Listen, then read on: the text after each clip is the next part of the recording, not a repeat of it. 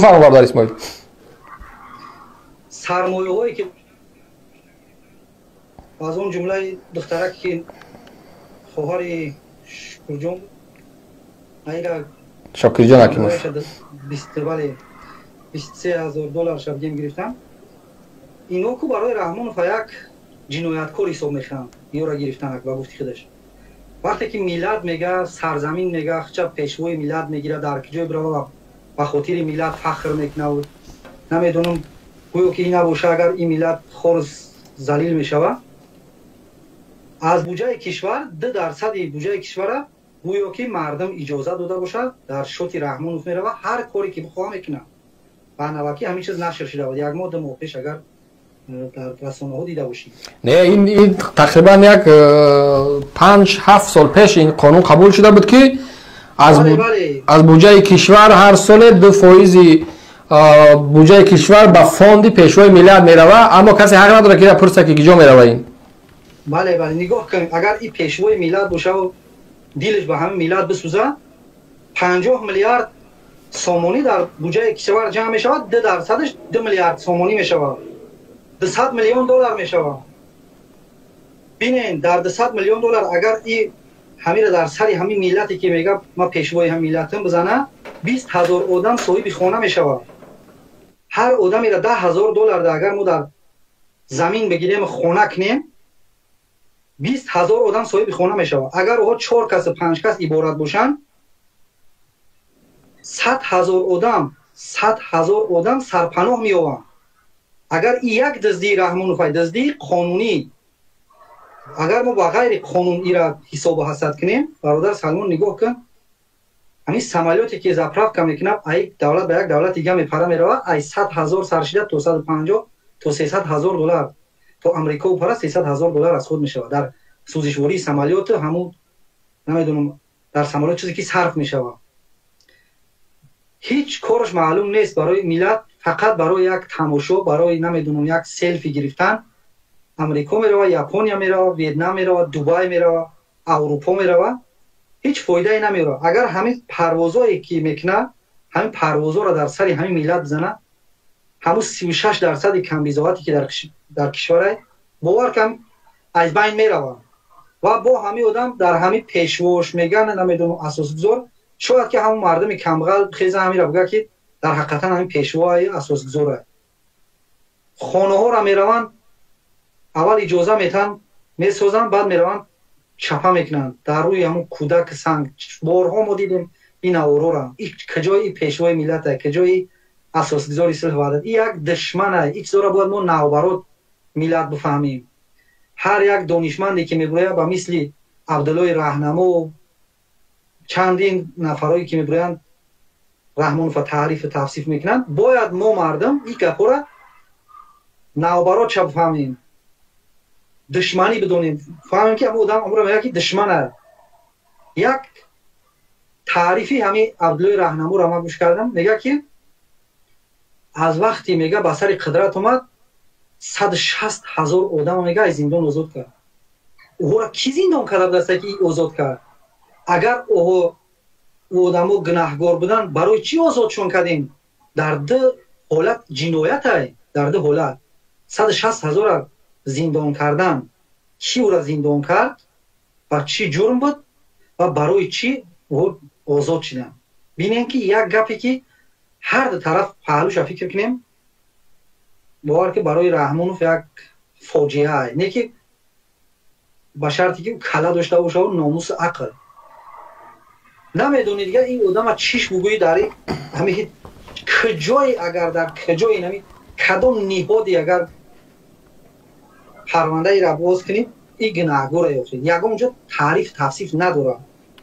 مهاجرت سال به سال ظلم میکنن اگر هر سوهایی را بگیم نمیدونم چیش بگیم کشاورز نداریم نه سال به سال نرخ بالا میروه مهاجر زیاد شده است قتل کشتار ظلم استبداد یک خوبی به هم ملت در کجا آورده باشه کو یک همین طرفدارش یک چاپلوس بروه بگه که فلان کار رحمانوف برای همین فایده هم ملت کرده است.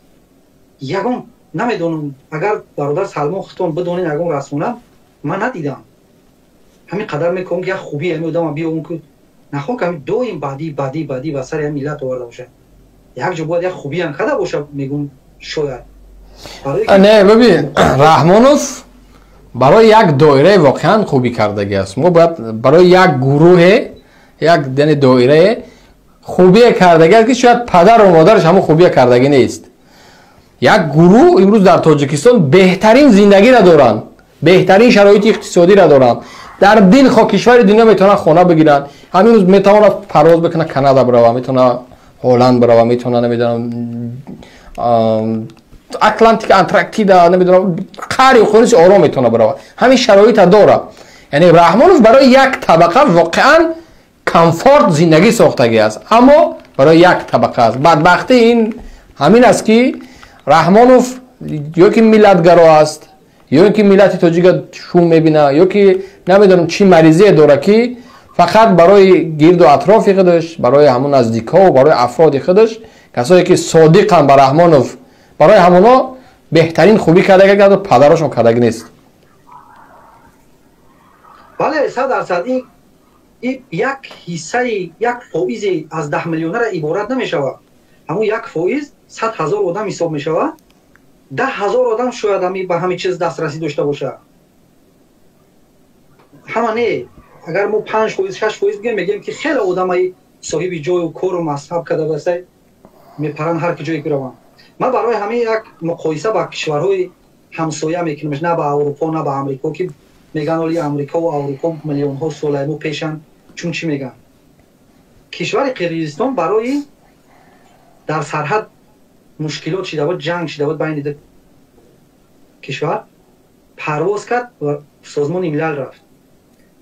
در همون پرواز 300,000 دلار در سمالات صرف شد. تمام ژورنالیستاش نمیدونم دانشمنداش خواستن گفتن که برای چی یک سمالیات گرفتی رفتی؟ گفتم من برای همین کشور رفتم، برای شما رفتم، برای مرز بوم رفتم. از همینجا گپ شنید در دیگه پروازاش با شهروندو کجایی که میپرد همون قد پرواز میکنه، سمالیات شخصی نداره. برای یک کاری که این حتمی بود، اگر این کار در ما میشید ما میگفتیم که 5 سمالیات بگی برای که برای همین ملت باشی، اگر در حقیقتا برای همین کار بود کنید. ببینین این آدم در همون سمالیاتی که ترکمنستان پری رفت خیلی نداره دیگه، در 30 سال گفتی گفت تمام زواد و فابریکا رو آهنپوره کرده فروختگیان. همینجا من نمیدونم کلچه و انگور همین که سمالیات برو کرده رفت یا که خمیر بود در همونجا پختن سویج یک. نمیده چیز من حیرونم. جایی بود هم باور کرد بود است در اونجا چی نشون دیسه ما کلچه داریم، نان داریم، انگور و تربوز خربز. این همه دولت ها دارن. رحمانوف نبود، تاجیکستان نبود، این چیزا بود. شاید همون خربز تربوز و اکثرا چای تاجیکستان نباشه، دیگه دولت ها خریده باشن، ازبکستان با هم قرقیزستان همینجا خریده باشن. برای سرتیراف کم میکنیم سوی خشم با همجا باید نشون بدن. گویا ما سیر پرای مردم همه 100% میبره در اونجا نشون میده که این همه بینین که نمیخواد چیزا داره. یک تکنولوژی یک چیزایی بار که در اونجا ببینن بگن او بیس که در حقیقتا این حکومت هیچ بودگی در 30 سال بین چند قدر چیزا برآورده است. کشور ازبکستان تلفن میبره، تلفنی نمی سنس میبره، ماشین میبره، سمالیات میبره، تراکتور میبره. کم از من نصبیرت میکنه چی قدر چیزا را بچه ازبکستان دوری بعد رفتی. یک حکومتی طالبه که 2-3 سال سر خدمت آمده است. من واقعا در شاکم که الکی اون اتوبوس ساخته زیاد، ماشین ساخته زیاد، تراکتور ساخته زیاد. میفهمی؟ در یک حکومت کیش که قبول تمام جا بلاکراف کش کردگی با همین بلاکراف کش الکی تکنولوژی ساخته برآورده است.